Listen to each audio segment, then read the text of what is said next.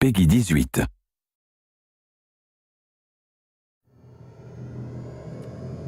Blowing stuff up and hitting the authority where it hurts. That's my game. Now, if you're as good as Elizabeth says you are, then I do believe you and I will get along nicely.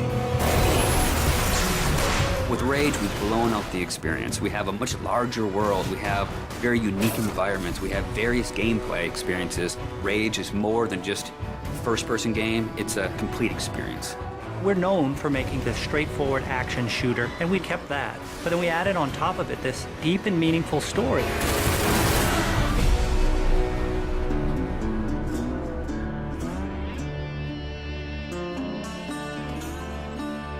So the story of Rage. We had the setting, we knew we wanted to have it on Earth, then we had to decide how we would destroy the planet. And we actually found that there's a real asteroid, which is called Apophis, which will pass by the planet around 2036. So in the fictional world of Rage, when the governments of the world discovered that Apophis would hit us and destroy most of civilization, they initiated a program called the Eden Project.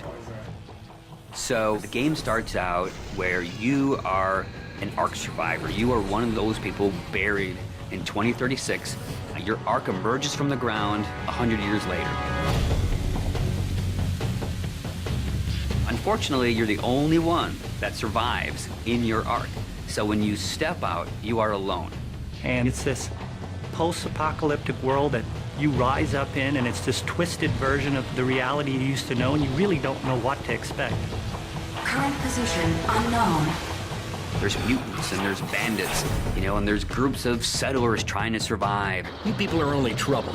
Now be on your way. The world has moved on, and it has its own thing going. We don't give the character a name or a face that's unique to the story. We want the player to jump in and actually add his own identity into that character. So when you step out of your Ark in Rage, you have no idea what your role in the bigger conflict will be. At first, all you are worried about is surviving. And you team up with some settlers, and you're doing some odd jobs. So here's what I need you to do. So you're not just going from one area to an airlock to the next area. It is an open world. It's believable in a sense. And it's the story and the characters and the setting that really delivers the gameplay. You're driving across these landscapes, and you're going visit people here, and they're giving you jobs to do. And as you head out of your safe zone, you enter like a combat area. So you may find a handful of bandits with rocket launchers mounted on their cars. And as a player, if you wish to engage them, you can. If you wish to try to run and gun and get out of there, you can. Then the story starts unfolding, and you realize that these warring bandit clans, they all occupy a certain area of the wasteland. They own it. They'll attack you if you go in there and you don't look right. Then the same thing with the towns. If they don't know you, they're going to treat you like an outcast. Well, will you look here? A new face, a new body. Oh, I am so glad I got out of bed this morning. You start learning about these crazy mutants who they don't even like each other, much less you, much less the bandits. And then you learn about this other faction, the Authority, and they start playing a bigger and bigger role in the story. They are trying to control the wasteland and set the direction of mankind. That's the truth. And that's what people need to know. So there's a small group of people called the Resistance that are fighting against the Authority.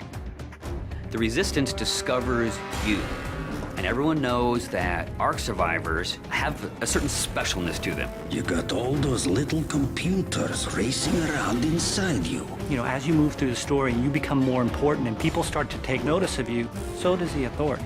As you, the player, get your weapons and start interacting with the characters and start fighting all the bad guys in the world, you understand what your role is in the world.